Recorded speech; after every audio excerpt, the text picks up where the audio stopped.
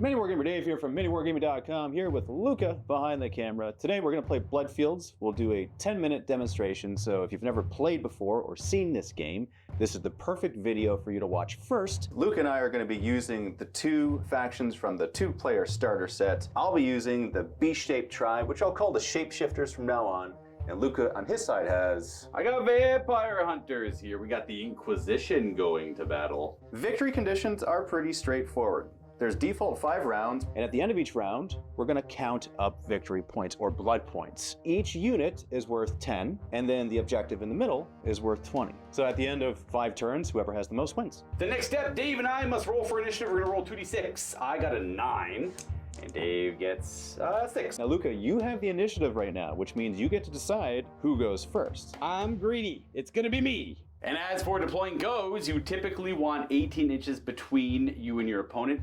That way you can kind of use whatever board size you want. In this case, we're using the standard Bloodfields boards. Next step, at the start of every round, both players get a resource called Inspiration. You get 1 resource for every unit you have in your roster. In this case, we both have 4. You then divvy out the Inspiration to your models. You can do 1-to-1 if you want. You can put all 4 on one character. It's really up to you. On my side, I've decided to allocate 1 Inspiration per character. We will activate Resin. Generally, you just do 2 actions. It's nice and easy. There's movement actions and there's attacking actions, though each character is defined by their unique actions that they typically have on their cards. I'm simply gonna move twice with her, and we look right over here, and that is our movement characteristic in inches moved on the game board. And we're gonna move twice. That'll be both of our actions. We're gonna move 4 and then move 4 again. We're gonna go right towards the objective. Each unit or model can activate once a round, so we know she's done. She can simply just defend herself now. For my activation, I'm gonna activate Brutus the General. He's got 2 actions. Now we see he moves 4 inches, indicated by his movement characteristic. First one, I'm gonna move up 4 inches. And his second one, I'm actually going to attack you by throwing a hammer at you because he moved into range. On his abilities, he's got the hammer toss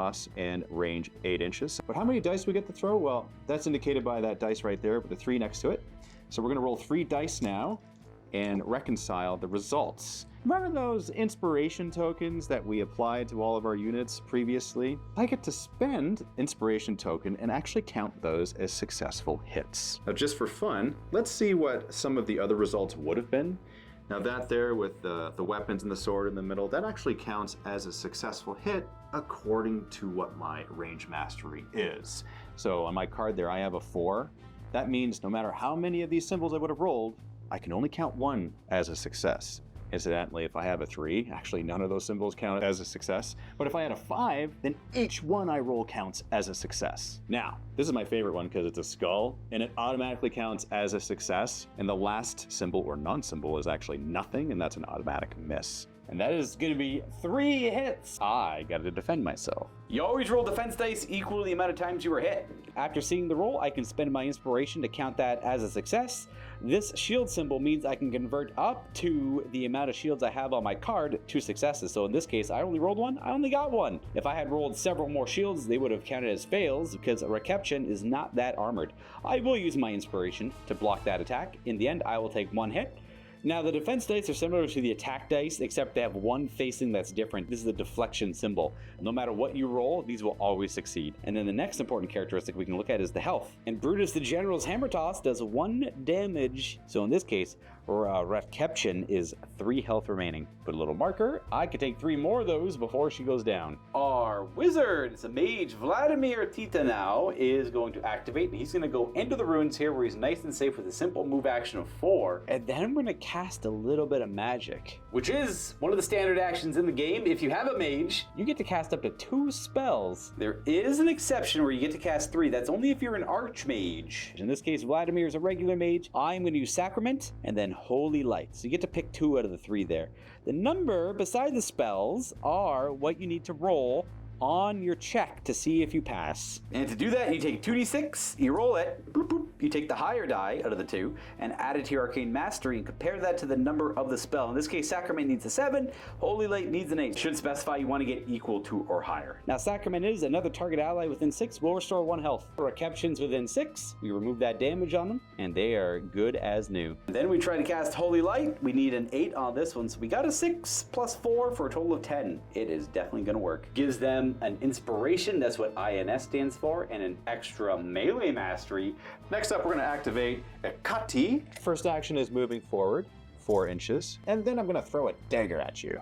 Kati's dagger toss is range 8 inches, range mastery is 4, so I'm looking for, Oh, that's a perfect roll. 2 skulls or auto hits, and this with the range mastery of 4 means that 1 is a success. Right back to Reception, back to full health. Again, still the same defense there, and we still have 1 more inspiration because of the assistance of our wizard. Which will matter. I'll use that inspiration again to pass up on that save. That'll count as the pass, and because I have 1 armor, that also works. So the dagger deflected. I'm up next. So Hugo Brav is going to use 2 move actions to rush towards that center point 8 up this way. My Rhino, my Charging King Faru, will do the same thing. Just move forward twice using both of his actions because no ranged abilities can get you. My last activation for the round, sadly she does have a pistol, but it's not going to be an effective range, so we're going to move twice with her as well. We're going to be a little more reserved. My Carrion Feeder Uru will move forward, use both of his move actions to support Faru. That concludes the first round. We both are in range of this objective, and we basically cancel each other out. Therefore, no one gets any blood points or victory points at the end of this round. So what we do is the cleanup phase, we collect all of our inspiration that hasn't been used. Now, because you had initiative last round, which means you got to decide who went first and you went first, that actually makes it so it passes off to me now at the beginning of turn 2. I'm going to decide for myself to go first because, as you say, I like to be greedy, right? Uryu is going to activate first, and he'll charge Reception. I hope. So I'm going to do this. I'm going to roll, okay, 2 of these dice, and I will add the highest to my move characteristic, which is 4. And you're 4 inches away. I could not have failed. Unless I roll double 1, then it's an auto fail. Important to note that the only way to get into base-to-base contact with an enemy unit is actually by charging.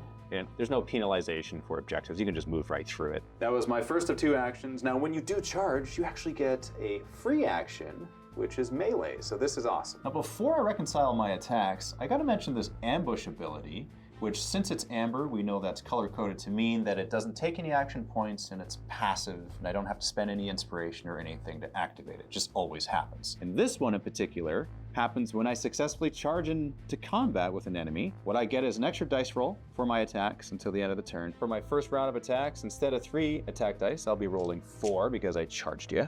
And plus 1 melee mastery, which we can see up here, is only 3. And also, because my sword has armor penetration, any sort of defense that you might have, it actually cuts right through that. So Yep. or you don't get to count that. In this case, this made a difference because these all would have been misses if I had only a 3 for my mastery. But since I have melee mastery 4, one of these counts as a success. And I do have an inspiration on him, which means I'm going to spend it to count that also as a successful hit. So that gives me 2 attacks that are successful on you. Now let's take away my last inspiration there. Got 2 defense on Reception. We're going to remember that this does not count anymore. And it matters because I rolled 2 shields, so these count as both fails. 2 damage on Reception, and you still have 1 action. I'll go ahead and roll my second round of attacks. We're still in the same turn. So that's 1 successful, and I do still have 1 inspiration left. I'm gonna spend that to count that as a success. 2 defense. Well, we do have inspiration on Reception. We'll go ahead and lose that inspiration, and we'll apply 1 more damage, and we're barely hanging on. Hugo Brav will go next. So our first action is going to be a magic action. You get to choose whichever order you want to do them in. But I'll cast Light of Dawn first. We're gonna roll our 2 dice, and we're gonna apply our Arcane Mastery of 4. I'm only going to be taking the high die between the 2, so I need at least a 4 up on these dice. Ooh, we fail it. A double 2. And we're going to move on to the next one, Shattering Bolt. This is a range 12 spell. We're gonna go ahead and take a shot at our Rhino friend who's getting eerily close to us here. This one's cast on a 7, so we're looking at a high die. We got a 6. That is definitely gonna work. It's a simple attack action in this case, and we use our Arcane Mastery to convert dice. Mechanically the same here as any other attack. This one simply has a ranged characteristic to it. which is relevant against our Faru friend here. There's a passive called Block Out. All ranged attacks are -1 die. So instead of 3 dice, I'll simply throw 2. We have an Arcane Mastery of 4. We get to convert one of these dice if relevant, and it is. We do 1 hit. So he's got defense 3. Oh, jeez. I'll let it go through. That's fine. So he has a total of 5 health, down to 4 now. That's it for my magic action. We're going to go ahead and do a charge action into You, our hyena friend there. Now we have the charge. Obviously, we're only about an inch away. But if I roll the double ones, I still would have failed. In this case, I do not. And let's not forget, as part of a charge action, you get a free fight action afterwards. We only have 1 melee attack. It's called Steady Blow. Uryu only has a health characteristic of 4. So we won't get the extra bonus dice here. We're simply throwing 3 dice that do 1 damage with a melee mastery of 4. And hope for a good roll here. We have inspiration on him, so we'll convert that to a hit, and our mastery of 4 will let us have 1 more hit there. Uryu has 1 defense, so this shield is good. And he doesn't have any inspiration, so he's going to have to take that damage. From 4 down to 3 health remaining. And with that, this concludes the demo for Bloodfields. At this point, we've shown off all of the basic mechanics that you would see in the anatomy of a turn. Right now, we'll direct you to the game, so link in the description below to Titan Forge's Bloodfields. Happy wargaming, just collect skulls on the battlefield. Like, that's all you need to really know the most important thing. Next up, I'm gonna activate Faru. Gonna charge into combat there. It's over 4 inches away. I add the highest to my move characteristic, which is 4. Total of 10 inches, which is no problem. I got 2 options here for melee attacks. I'm gonna do Shield Bash because it gives me more dice. I have 4 in total. So let's see what I get. Okay, well, that's a success. We have my melee mastery of 4. We know that's a success. And just for fun, I'm gonna use one of my 2 inspirations to count both of these inspiration icons as successes as well for a total of 4 hits. Spent the inspiration. We only have 1 health left on Reception and inspiration. We know she has 1 defense, so we have to roll 4 saves here.